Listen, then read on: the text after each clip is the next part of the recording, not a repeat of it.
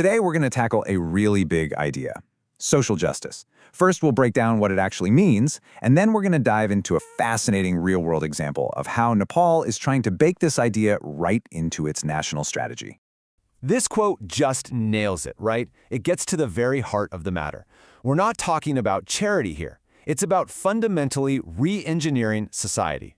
Think of it like this. It's not about giving someone a ladder to climb over a wall. It's about tearing down the wall altogether. So what is social justice really? It's a term that gets thrown around a lot, but what's at its core? Let's unpack it. Okay, so at its simplest, social justice is about fairness. But, and this is the key, it recognizes that in the real world, we don't all start from the same place. The goal is to actively correct for those imbalances in power, money, and opportunity that have built up over generations. It's all about making sure your starting point doesn't decide your finish line. Now, this is where a lot of people get tripped up. They think, isn't this just another word for equality?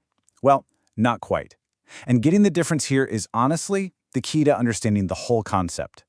So here's the deal. Equality is all about giving everyone the exact same thing, identical treatment. Social justice, on the other hand, takes a step back. It asks, wait, why are things unequal in the first place? And then gets to work fixing those deep systemic problems, those invisible walls we were just talking about. And this is how it's done. The tool that social justice often uses is equity. You know, equality is giving everyone a size 9 shoe.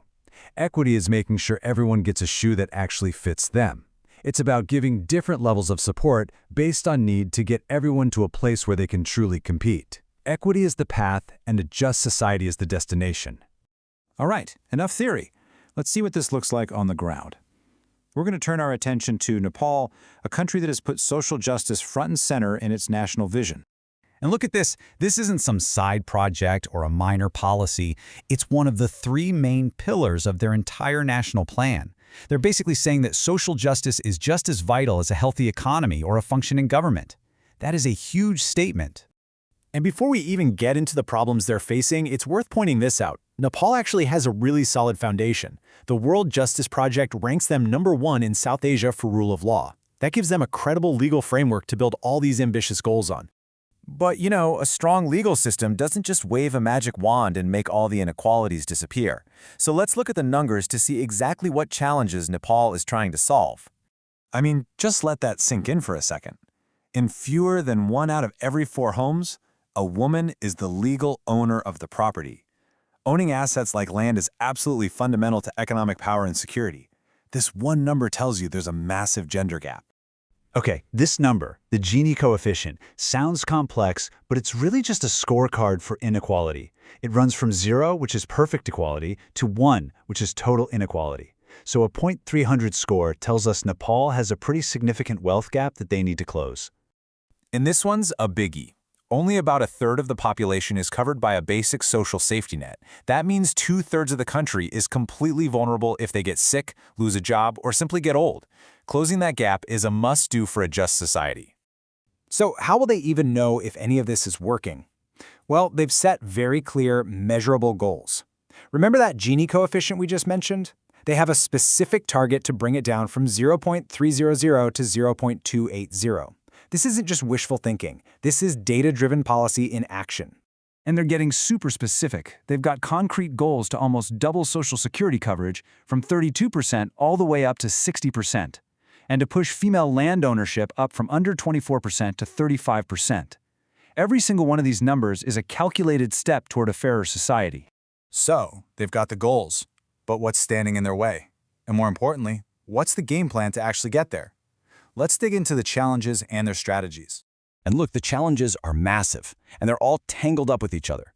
You've got widespread poverty, deep-rooted discrimination based on caste and gender, plus systemic problems like corruption and a lack of access to good schools and hospitals. It's a huge mountain to climb.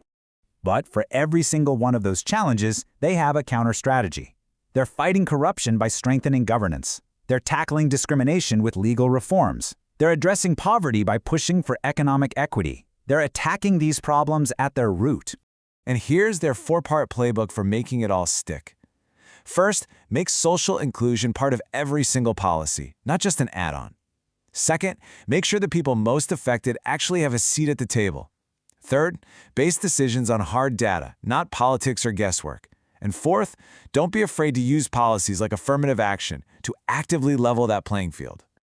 So, as we wrap up, let's zoom back out. We've talked about the theory. We've seen the plan in Nepal. But what's the big takeaway here? Why does all this matter? When you boil it all down, it comes to this. Building a truly just society is not easy, and it's not one single action.